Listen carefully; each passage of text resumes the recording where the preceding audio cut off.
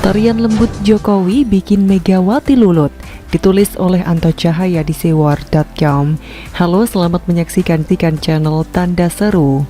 Sebagai kalimat pembuka, mau tanya nih, kira-kira siapa tokoh politik di negara kita yang tidak punya mimpi menjadi orang nomor satu di Republik kita tercinta ini? Sebuah negeri yang sangat indah dengan berbagai macam corak budayanya yang bikin iri bangsa-bangsa di luaran sana. Negeri cantik nan puitik yang membentang dari Sabang sampai Merauke. Negeri yang kaya akan sumber daya alamnya dan dikenal sebagai negara demokrasi terbesar ketiga di dunia. Tentu saja siapapun presidennya, namanya akan tercatat dengan tinta emas di buku-buku sejarah sebagai bagian dari perjalanan bangsa. Pertanyaan di atas rasanya sangat mudah kita jawab. Nyaris semua tokoh politik di negeri ini memiliki mimpi sebagai Presiden Republik Indonesia menggantikan Jokowi. Tapi tunggu dulu, mungkin ada yang tidak ingin atau lebih tepatnya merasa diri tidak mungkin. Maka saya menggunakan kata nyaris. Mimpi menjadi Presiden Republik Indonesia itu bagi mereka terlalu tinggi, apalagi politisi yang hanya sebatas kader. Tidak memiliki posisi, bukan petinggi atau kepala daerah yang tidak memiliki prestasi. Rata-rata politisi semacam ini cukup menjadi tim hore, bakar narasi setiap hari. Tugasnya hanya menggonggong dalam segala situasi, tidak peduli pandemi belit negeri. Seperti yang kerap kita lihat, mereka ini memang sengaja diciptakan menarik konstituen yang merasa terwakili dan menjadi percikan api dengan maksud agar dikonsumsi akar rumput. Anda dan saya pasti sepakat bahwa ada banyak faktor yang membuat seseorang bisa masuk bursa calon presiden dan kemudian dikehendaki rakyat. Tidak cukup dengan popularitas. Kalau hanya mengandalkan popularitas semata, saya rasa orang semacam Fadlizon, Gerung, atau Abdul Somad sudah memenuhi syarat.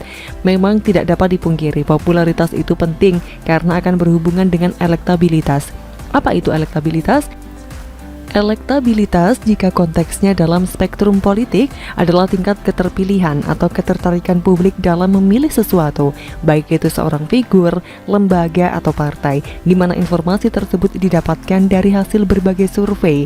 Sebelum kita masuk lebih dalam, penting saya utarakan terlebih dahulu soal elektabilitas ini, agar kita dapat melihat secara jeli menyusun potongan puzzle Presiden Jokowi yang secara tersembunyi sebetulnya sudah memberi kita kata kunci.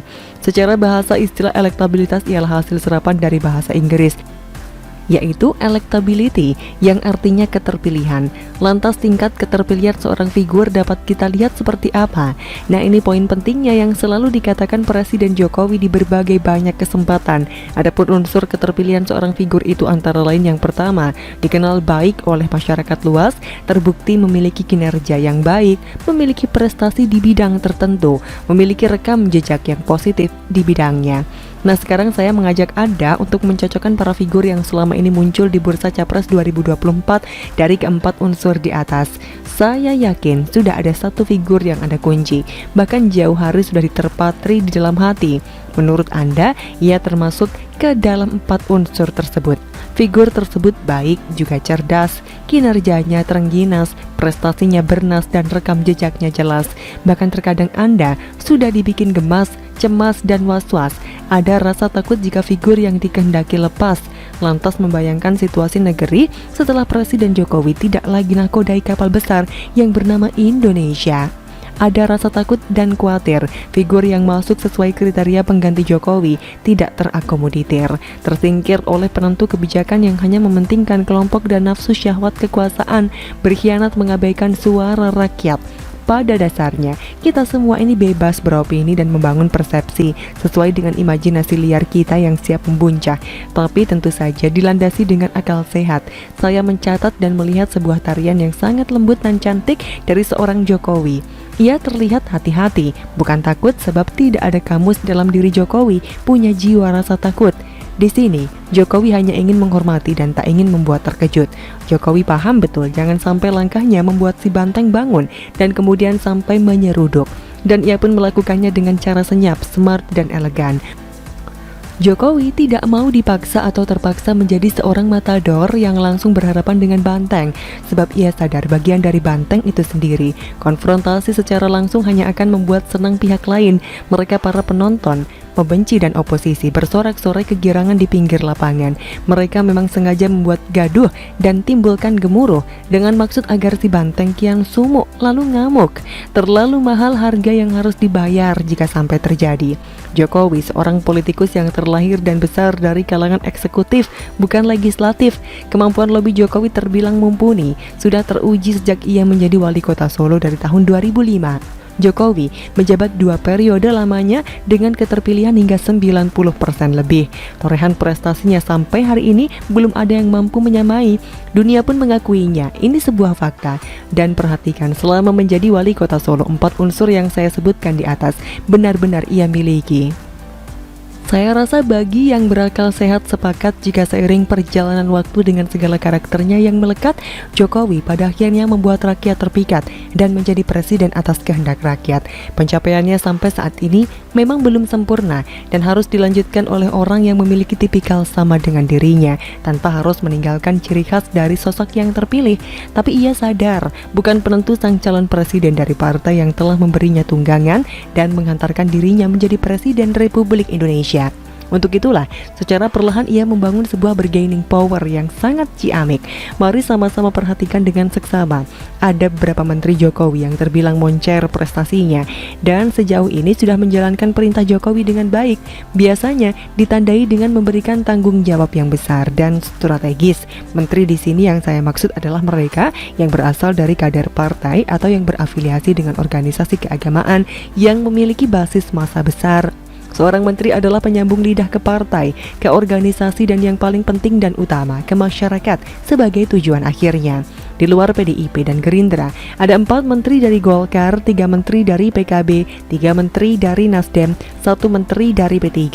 Menteri sebagai penyambung lidah ke partai adalah bentuk Jokowi membangun sebuah komunikasi. Ingat, Jokowi itu paling lihai dalam lobby. Jika tidak, di Kabinet Indonesia Maju tidak ada nama Prabowo dan Sandi. Meski soal ini, Jokowi selain meminimais polarisasi yang kian menganga dan agar fokus bangun negeri, sebetulnya Jokowi juga sedang menguji dalam aspek kinerja, biar masyarakat yang pada akhirnya menilai pantas atau tidak mereka naik ke pentas. Nah, selama ini kita pasti tahu siapa saja para menteri yang dipandang dekat dengan Jokowi dan menjadi menteri kesayangan Jokowi yang dari jalur partai. Selama bekerja sama, Presiden Jokowi paham betul mana yang sesuai dengan kriterianya. Dan presiden adalah panglima tertinggi negeri selama berjalan sesuai garis konstitusi, maka tidak ada seorang pun yang berhak intervensi. Kedekatannya dengan beberapa menteri lintas partai adalah cara Jokowi menaikkan bargaining power yang istimewa. Kemudian semua politikus di negeri ini tanpa terkecuali sudah pasti tahu betul, di belakang Jokowi ada puluhan juta pendukung. Jokowi tidak perlu menjadi seorang ketua umum partai, tapi para pendukungnya telah memberikan hatinya secara sukarela dalam bentuk organisasi-organisasi relawan yang menyebar di seluruh Indonesia, bahkan sampai mancanegara, semata karena kecintaan mereka pada negara. Kalimat "saya percaya Jokowi" yang membumi seantero negeri adalah sebuah penegasan yang menakutkan bagi lawan politiknya. Analoginya sederhana saja, Carta Politika telah memberikan data pada kita semua. Kendati pandemi membelit negeri, tingkat kepercayaan rakyat kepada seorang Jokowi masih cukup tinggi. Ekonomi pun lumayan seksi. Coba bandingkan dengan negara lain, Perdana Menteri atau Presiden mereka sangat dipusingkan dengan stabilitas politik di dalam negaranya yang sedang di titik nadir. Bahkan ada beberapa negara yang sedang berada di ujung tanduk. Tentu kita masih ingat beberapa waktu yang lalu Jokowi secara khusus sampai harus membuat pernyataan melalui video. Ada saatnya saya tentukan arah kapal besar relawan Jokowi. Kalimat itu tidak hanya ditujukan ke pendukungnya saja. Itu adalah salah satu bentuk bargaining power di awal. Ia sedang mengirimkan sinyal kepada pihak tertentu. Rasanya belum ada tokoh politik sebelumnya yang mampu dan bisa melahirkan pendukung yang sangat militan seperti Jokowi.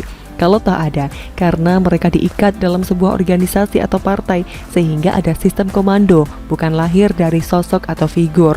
Jokowi dengan tariannya yang lembut tapi maut sedang menjinakkan banteng tanpa perlu harus petantang-petenteng. Saya kira di kantongnya sudah ada sebuah nama. Kalau tak ada riak dari para kader banteng atau bahkan emak banteng sekalipun, mereka juga tidak akan berani secara frontal. Paling hanya riak kecil, bukan gelombang. Terbukti, Megawati memberi isyarat pasang badan untuk Jokowi dengan drama air matanya. Mengapa baru sekarang? Kenapa tidak sejak awal ketika Jokowi dihina dan dicaci maki lawan politiknya? Well, pada akhirnya sama-sama memahami posisi, sama-sama memiliki daya tawar yang tinggi. Jika salah dalam kalkulasi menuruti kepentingan pribadi, sangat memungkinkan bagi Jokowi memberi perintah kayu kapal besarnya ke dermaga yang jauh lebih teduh. Sesederhana itu. Bagaimana menurut Anda?